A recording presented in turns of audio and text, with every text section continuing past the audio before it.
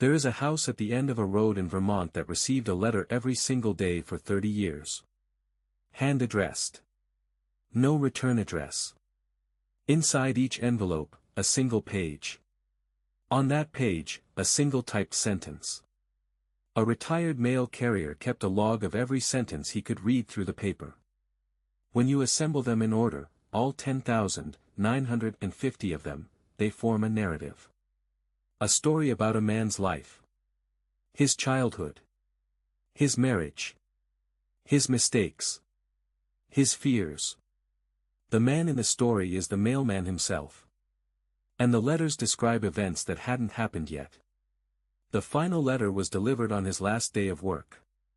The day he retired. He opened it and read the sentence inside, and it said, "He will open the last one and finally understand that he was never the mailman." I don't know what that means. Not fully. Not yet. But I've spent the better part of 4 months trying to find out, and what I've uncovered is one of the most quietly disturbing stories I've ever attempted to tell. There are no monsters in this story. No gore. No supernatural entity lurking in a basement. There is only paper, and ink, and time, and the slow, creeping realization that someone, or something, knew everything about this man's life before he lived it. This is the story of Harold Elsner, a mail carrier from Montpelier, Vermont, who walked the same route for 30 years and spent every one of those years delivering letters to a house whose occupant he never once saw, letters that were writing the story of his life in real time, one sentence per day, with no sender, no explanation, and no end in sight until the day he stopped walking. Let's begin. I first encountered this story the way most of you probably did, through a short post on a small subreddit dedicated to obscure self-published books. The post, uploaded in late 2021 by a user I'll refer to as M, contained a photograph of a thin, spiral-bound book with a pale blue cover. The title, printed in a modest sans serif font, read, "Every Day, a Letter, 30 Years on Route 7. The author's name was Harold P. Elsner. M's post was brief. They said they'd found the book at a library sale in northern Vermont. It was in a box of donated items that hadn't been catalogued. They bought it for 50 cents. They read it in one sitting and couldn't sleep for 2 days.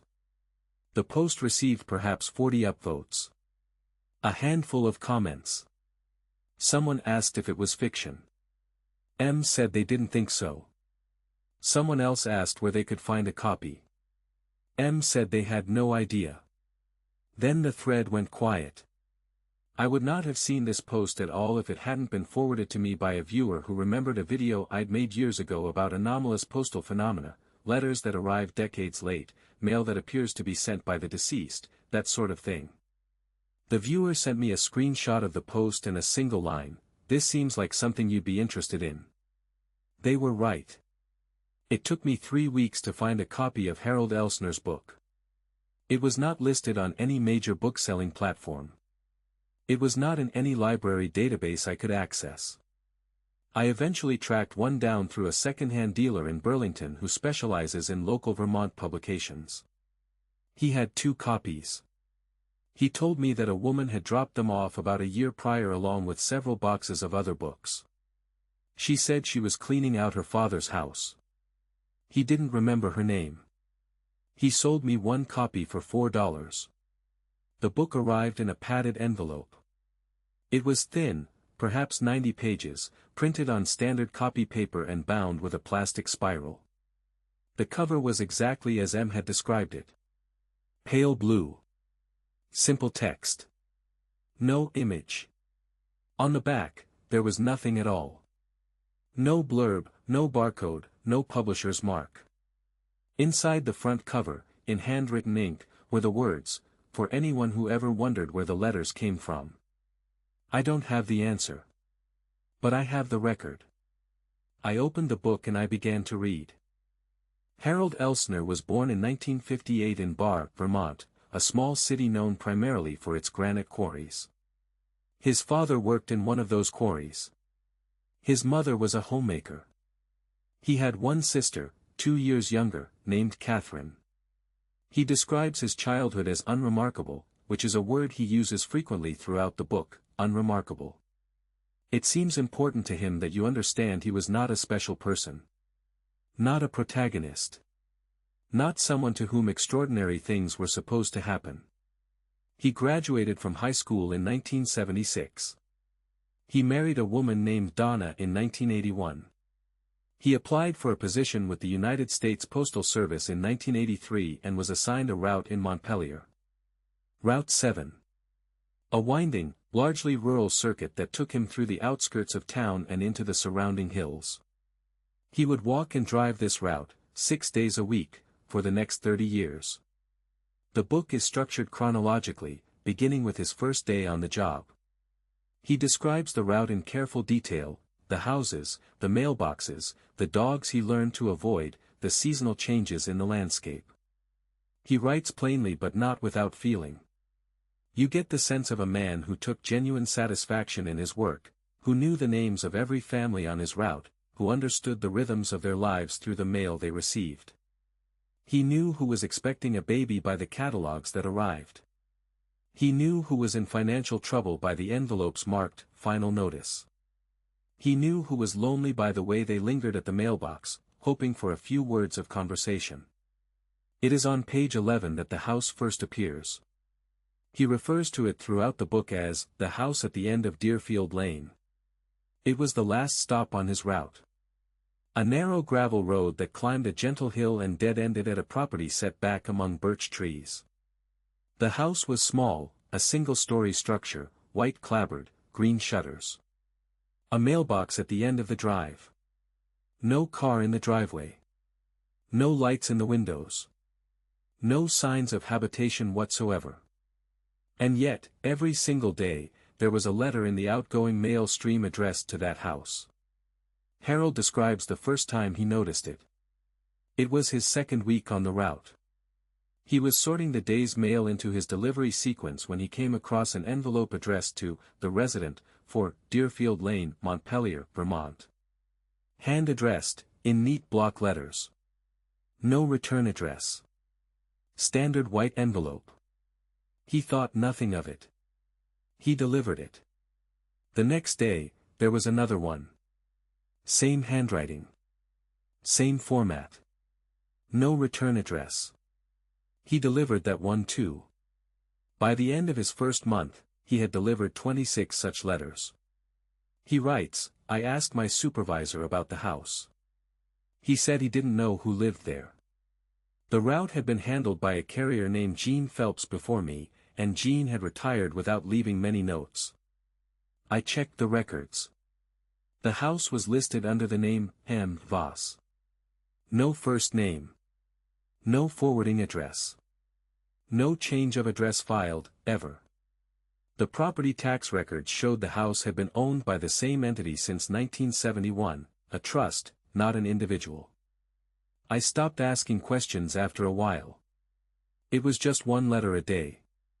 It wasn't my business what was inside. But Harold was curious. He admits this freely. He was not a man who opened other people's mail, he is emphatic about this, almost defensive. In 30 years, he never once tampered with a piece of mail. But the envelopes delivered to 4, Deerfield Lane were thin.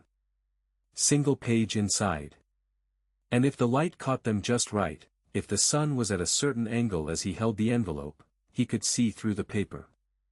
Not perfectly. Not every word. But enough. He started keeping a log. This is the part of the book that transforms it from a mildly interesting memoir into something else entirely. Beginning on page 14, Harold reproduces his log, a handwritten record he maintained in a series of small notebooks over the course of 3 decades. Each entry consists of a date and whatever fragment of the sentence inside the envelope he was able to make out. Sometimes it was a full sentence. Sometimes it was only a few words. Sometimes the ink was too faint or the paper too thick and he got nothing at all. But over 30 years, he estimates he was able to read, in full or in part, approximately 60% of the letters. That's roughly 6,500 sentences. And when you read them in order, they tell a story. The early entries are fragmentary, disconnected. He records them without commentary. The boy climbed the granite pile and looked out over the valley. His father's hands were always gray with dust. She sang to him at night when she thought he was sleeping. The sister was born in January, and the house grew smaller. Harold notes that these sentences struck him as poetic but impersonal. He assumed they were excerpts from a novel, perhaps. Or fragments of someone's creative writing project. He found them mildly interesting, even beautiful at times. He looked forward to reading them. They became part of his routine: deliver the letter, hold it to the light, read what he could, write it down, move on. It was not until 1987, roughly 4 years into his route, that he noticed something was wrong. The sentence he read that day, the one that stopped him cold in the middle of Deerfield Lane, was this: he married a woman named Donna who laughed at things that weren't funny because she was afraid of silence. Harold's wife was named Donna. And she did laugh at things that weren't funny. He describes this habit in the book with a kind of pained tenderness. It was something she'd done since they first started dating. A nervous tic. A way of filling empty space. He'd grown so accustomed to it that he barely noticed anymore. But reading it in that sentence, in someone else's words, typed on a page inside an envelope he was delivering to an empty house, he noticed it then. He noticed it very much. He went back through his log. He reread every sentence he'd recorded from the beginning. And he saw it. The boy climbing the granite pile, he'd done that as a child. His father's hands, gray with quarry dust. His mother singing when she thought he was asleep. His sister, born in January. The letters were describing his life. Not metaphorically. Not in broad, horoscope-like generalities that could apply to anyone. They were specific. They named names. They described rooms he'd lived in, streets he'd walked, arguments he'd had. They knew about the time he broke his collarbone falling off a tractor when he was 12. They knew about the dog he'd buried behind his parents' house. They knew about the fight he'd had with his father the night before he left for good, the words that were said, the door that was slammed, the silence that lasted 6 years. These were not things anyone could have guessed. These were not things anyone outside his family would have known. And here is where the dread begins to settle in, because Harold makes a crucial observation in the book. He sits down with his log and a calendar, and he does the math, and he realizes that the letters are not simply recounting his past. They are running ahead of him. The sentences about his childhood appeared in the correct order, yes. But they arrived on his route years before he began delivering them. The narrative in the letters had started before he even became a mailman. If the log is accurate, and Harold kept meticulous records, the letters to 4 Deerfield Lane had been arriving since at least 1971, when the property was first acquired. His predecessor, Gene Phelps, had been delivering them for 12 years before Harold took over the route. Gene Phelps had been delivering letters that described the childhood of a man who hadn't yet been assigned to Route 7. The letters knew he was coming. But it gets worse. Because as the years went on, the sentences in the letters began to describe events that hadn't happened yet. Harold provides several examples. In 1991, he read a sentence through an envelope that said, "The doctor will tell him it's benign, but the scar will stay." In 1993, Harold had a mole removed from his back. It was benign. The scar remained. In 1996, he read, "Donna will leave in October, not because she stopped loving him, but because she realized he had never fully been present." In October of 1998, 2 years later, Donna moved out. She told him, during their last conversation, that she felt like he was never fully there. That his mind was always somewhere else. Always on the route. Always on the letters. He records dozens of these predictive sentences over the years. Some are mundane, descriptions of meals he would eat, weather he would experience, minor injuries he would sustain. Others are deeply personal. The letters knew about the night he sat in his truck at the end of Deerfield Lane and cried after Donna left. The letters knew about the time he almost called his sister to apologize for something that had happened decades ago but hung up before she answered. The letters knew about the dream he had, recurring, in which he walked his route and every mailbox was open and empty and he had nothing to deliver. The letters knew everything. And they knew it before it happened. I want to pause here and address what you're probably thinking. You're thinking this is fiction. You're thinking Harold Elsner wrote a novel and disguised it as a memoir. You're thinking this is a creative exercise, an elaborate piece of metafiction, a Blair Witch project in book form. I considered that possibility. I considered it seriously. But there are details that complicate that interpretation. I was able to verify that Harold Elsner existed. He was a real person. Born in Barre, Vermont, in 1958. Employed by the USPS from 1983 to 2013. Assigned to Route 7 in Montpelier for the duration of his career. These are public records. His marriage to Donna Elsner, née Lafleur, is recorded. Their divorce, finalized in 1999, is recorded. His sister Catherine is listed in census data. His parents are buried in Hope Cemetery in Barre, which is, notably, a cemetery famous for its elaborate granite headstones, carved by the quarry workers of the town. The house at 4 Deerfield Lane also exists. I found it on county property maps. It is listed as being held by something called the Voss Trust, which was established in 1971. I could find no further information about the trust. No trustee names. No beneficiaries. No contact information. The trust pays its property taxes on time, every year, by check, drawn on an account at a bank in Montpelier that, when I called, told me they could not disclose any information about the account holder. I drove to Vermont. I had to see the house. The drive to Montpelier from where I live is not short, but I made it in a day. I found Deerfield Lane without much trouble. It's exactly as Harold described it, a narrow gravel road that climbs a gentle hill through birch trees. At the end of the road, set back from the drive, there is a small white house with green shutters. A mailbox at the end of the drive. No car. No lights. No signs of life. I parked and walked to the mailbox. It was a standard rural mailbox, slightly rusted, mounted on a wooden post. The flag was down. I opened it. Inside, there was a single white envelope. Hand-addressed, in neat block letters, to the resident. No return address. I want to be very clear about what I did next, because I've gone back and forth about whether to include this part of the story. I did not open the envelope. I did not take it. Tampering with mail is a federal offense, and more than that, it felt wrong. It felt like a violation of something I couldn't name. I closed the mailbox. I walked up the driveway to the house. I knocked on the door. No answer. I looked through the windows. The house was furnished, sparely, but furnished. A chair. A table. A lamp. No photographs on the walls. No dishes in the sink.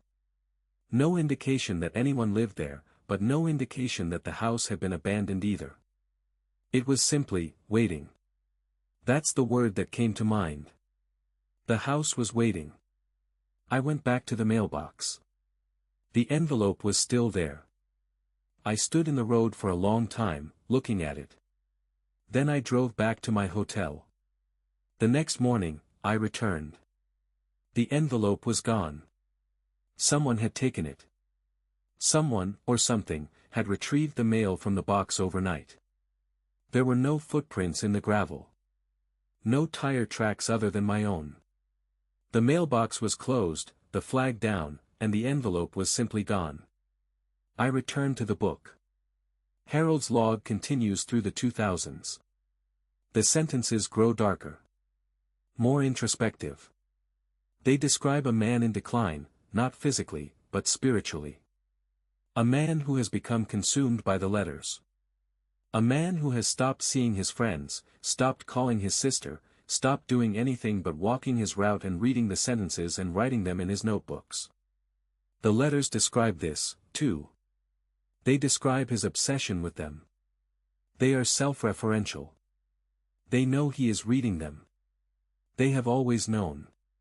One sentence, from approximately 2004, reads, "He holds each envelope to the light and believes he is stealing something, but he has never understood that the letters were always meant for him to read." Another, from 2007, "The notebooks fill the shelf above his bed, and he has started to dream in sentences." And another, from 2009, "He will begin to wonder if the letters are causing the events or merely describing them, and he will never arrive at an answer, because the question itself is the point." This is the philosophical core of Harold's book, and it's what elevates it beyond mere curiosity. Harold spends several pages grappling with this question: are the letters predictive, or are they prescriptive? Is he living his life and the letters are simply documenting it in advance? Or is he living his life because the letters have written it? Did Donna leave because she was always going to leave, or did Donna leave because the letters said she would, and Harold, having read those words, subtly and unconsciously behaved in ways that drove her away? He doesn't know. He can't know. And the not knowing is what haunts him most. There is a passage in the book that I have returned to more times than I can count. Harold writes, "I have tried to deviate. In 2006, I read a sentence that said I would eat dinner alone on Christmas. I called my sister and invited myself to her house. She said yes. I drove there on Christmas Eve. On the way, my truck broke down. By the time the tow arrived and I got the truck fixed, it was too late to make the drive. I ate dinner alone in a diner off the interstate." The letters were right. They are always right. Not because they control what happens, but because they describe what was always going to happen. I am not being written. I am being read. I am not being written. I am being read. I need you to sit with that sentence for a moment. Because I think it's the key to understanding everything that follows.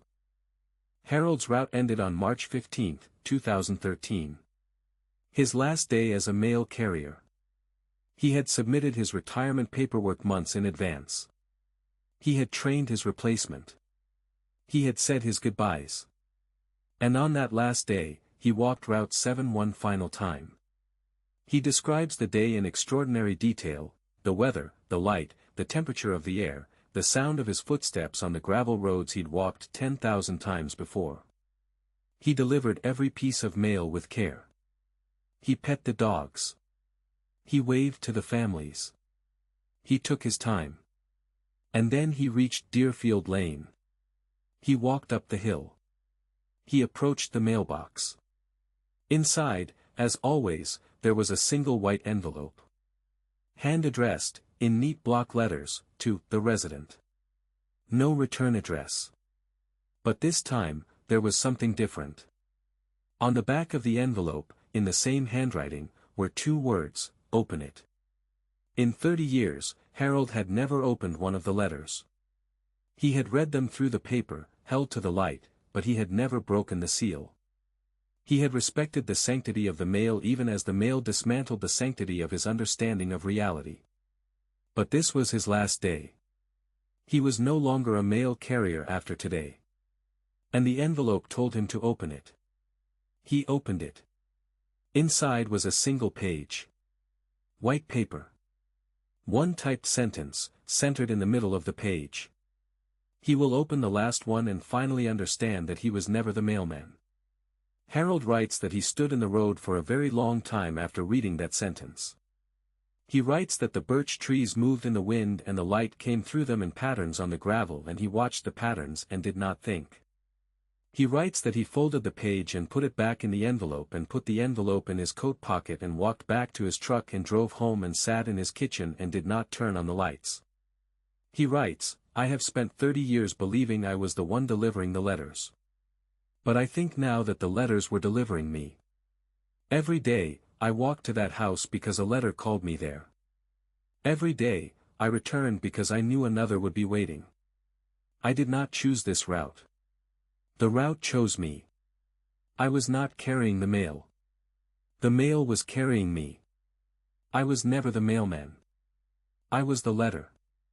The book ends there. I have spent a long time thinking about what Harold meant.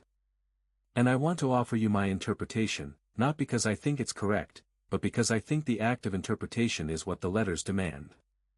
Harold Elsner walked the same path every day for 30 years. He followed a route laid out by someone else. He carried things he did not create to destinations he did not choose.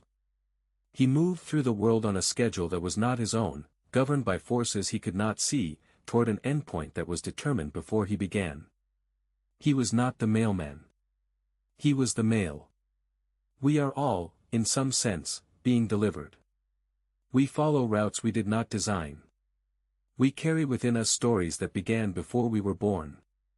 We move from one point to the next along paths that feel like choices but may simply be the sequence in which we were sorted. And at the end of the route, we arrive at our destination, and someone, or something, opens us and reads the single sentence we contain. What does your sentence say? But I didn't stop there. I couldn't. Because the book, as unsettling as it is, raises questions that Harold never answers. Who sent the letters? How did they know? What is the Voss Trust? Who, if anyone, lives in that house? I pushed further. I went back to Vermont.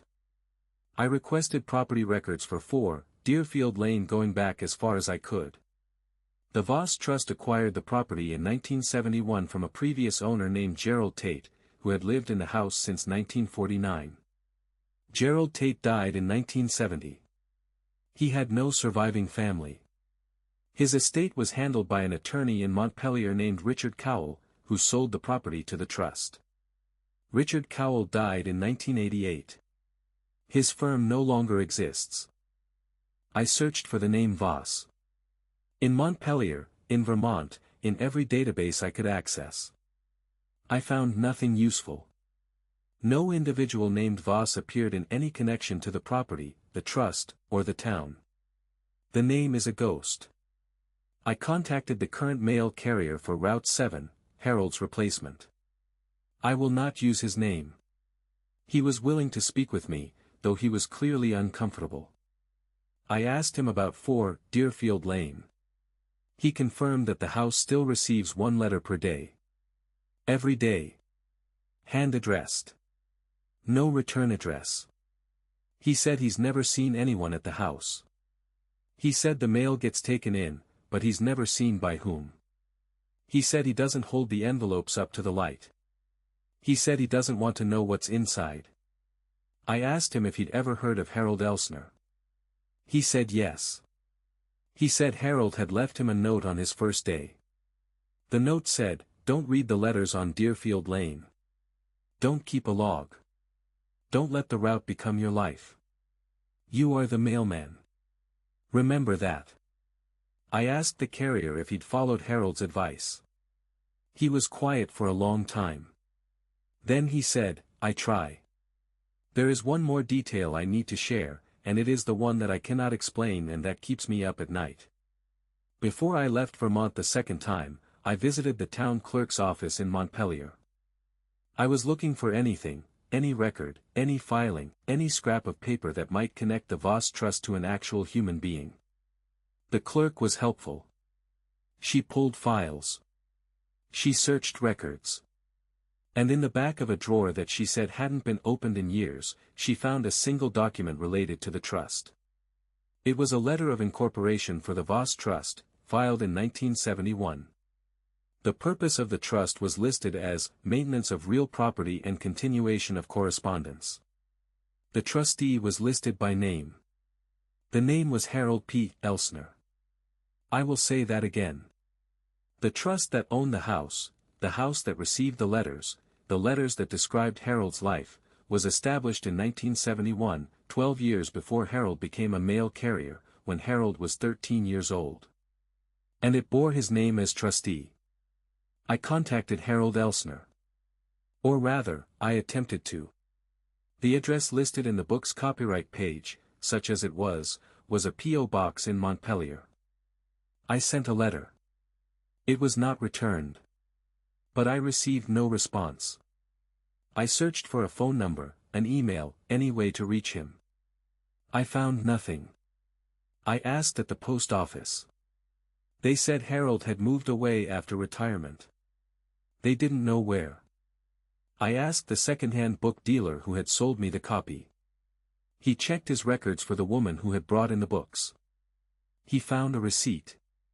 The name on it was Catherine Elsner, Harold's sister. I found Catherine. She lives in a care facility in Bar. She is in her early 60s and suffers from early-onset dementia. On her good days, the staff told me, she is lucid and conversational. I visited on what they described as a good day. She recognized her brother's name. She smiled when I mentioned him. I asked her where Harold was living now. She looked at me with an expression I can only describe as confused pity, as if I had asked a question with an obvious answer that she couldn't believe I didn't know. She said, Harold died in 2019. I asked her when. She said March. March 15th, 6 years to the day after his last mail delivery. I asked her how he died. She said he was found in his home, sitting in a kitchen chair, in the dark. Natural causes, the coroner said. Heart failure. He was 60 years old. I asked her about the book. She said Harold had self-published it shortly before his death. He'd printed a small number of copies. He'd given most of them away. She said he'd become very quiet in his final years. Very withdrawn. He spent most of his time in his kitchen, sitting in the dark, reading his notebooks. She said she visited him a few weeks before he died, and he told her something she didn't understand. He told her, I finally know what the last sentence means. She asked him what it meant. He smiled at her. She remembered the smile, she said, because it was the first time he'd smiled in years, and he said, it means the letter has been delivered. I drove home from Vermont in silence. No music. No podcasts. Just the road and the engine and the gray New England sky pressing down like an envelope being sealed. I want to tell you that I've solved this. I want to give you a neat explanation, a hoaxer, a prankster, a very dedicated artist. I want to tell you about the person who sent the letters, how they did it, why they did it, what it all means. But I can't. Because I don't know. What I know is this, a man walked the same route for 30 years. A house on that route received a letter every day. The letters told the story of his life before he lived it. A trust bearing his name owned the house before he was old enough to drive. He spent his final years sitting in the dark, and on the day he died, he believed that he had been delivered. And the letters are still coming. Every day. One per day. Hand-addressed. No return address. To a house where no one lives. On a route that someone else walks now. I think about the current carrier sometimes. The one who tries not to read the envelopes. I think about him walking up Deerfield Lane, sliding the letter into the mailbox, and walking away. I think about whether the letters are about him now. I think about whether they were always about him, too. Whether every carrier who has ever walked that route was being described in advance, their lives typed out one sentence at a time and mailed to a house that exists for no other purpose than to receive the story of the person who brings it. I think about Route 7. I think about how it doesn't end at Deerfield Lane. That's just the last delivery. After the last delivery, the carrier turns around and goes home. But in the narrative of the letters, Deerfield Lane is the destination. It's where the route has been leading all along. Every other house, every other mailbox, every other piece of mail, they were just the path. Deerfield Lane was the point. And I think about the Voss Trust. That word. Voss. I looked it up, in every language I could think of, searching for meaning. In some dialects of German and Dutch, Voss is a variant of Voss, fox. An old word. A trickster figure in European folklore. But that felt too clever, too pat. Then I found another meaning, in Old Norse. Vas can derive from roots meaning, the one who dwells, or, in some interpretations, the one who is. Not a name. A description. The entity that resides. The permanent occupant of a house that has never been inhabited but has always been lived in. The thing that is present even when no one is home. Who dwells in the house on Deerfield Lane? No one. Everyone. The house is a mailbox. The letters go in, and someone, something, reads them. The house is a reader. The letters are lives. And the mail carriers are the envelopes that deliver those lives to their destination. He was never the mailman. He was the letter. Addressed to a house. Carried along a route. Delivered over 30 years, one day at a time, to a reader he would never meet.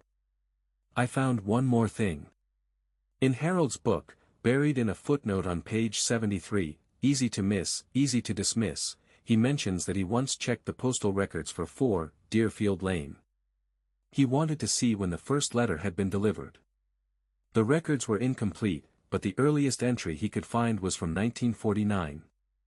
The year Gerald Tate moved into the house. The letters had been arriving before the Voss Trust. Before Harold was born. Before Route 7 existed in its current form. The letters have been coming to that house for as long as anyone has records. They predate every carrier who has ever delivered them. They may predate the house itself, for all I know, arriving to the coordinates even before there was a mailbox to receive them. And they continue. Every day. One letter. One sentence. One more line in a story that no one alive can read in full. I was not going to include this last part. I wrote the script without it. I recorded the video without it. But I cannot, in good conscience, present this story without telling you what happened 3 days ago. I received a letter. It arrived at my home address, not my P.O. box, which I use for all channel correspondence. My home address, which I have never shared publicly. It was a white envelope. Hand-addressed, in neat block letters. No return address. Inside was a single page. White paper. One typed sentence. I will not tell you what it said. I won't do that.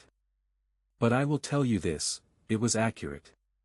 It described something that had happened to me the day before. Something private. Something no one else knew about. I have not checked my mailbox since. I'm not sure I will. Some routes, once walked, cannot be unwalked. Some letters, once read, cannot be unread. And some sentences, once they find you, make you realize that you have always been on the route. That the route was always leading here. That the mailbox was always yours. I don't know who sends the letters. I don't know how they know what they know. I don't know what waits inside the house on Deerfield Lane. But I know this, the letters are still arriving. Every day. One per day. And somewhere, right now, someone is holding one up to the light, trying to read the sentence inside, not yet understanding that the sentence is about them. That it has always been about them. That they are not reading the letter. The letter is reading them.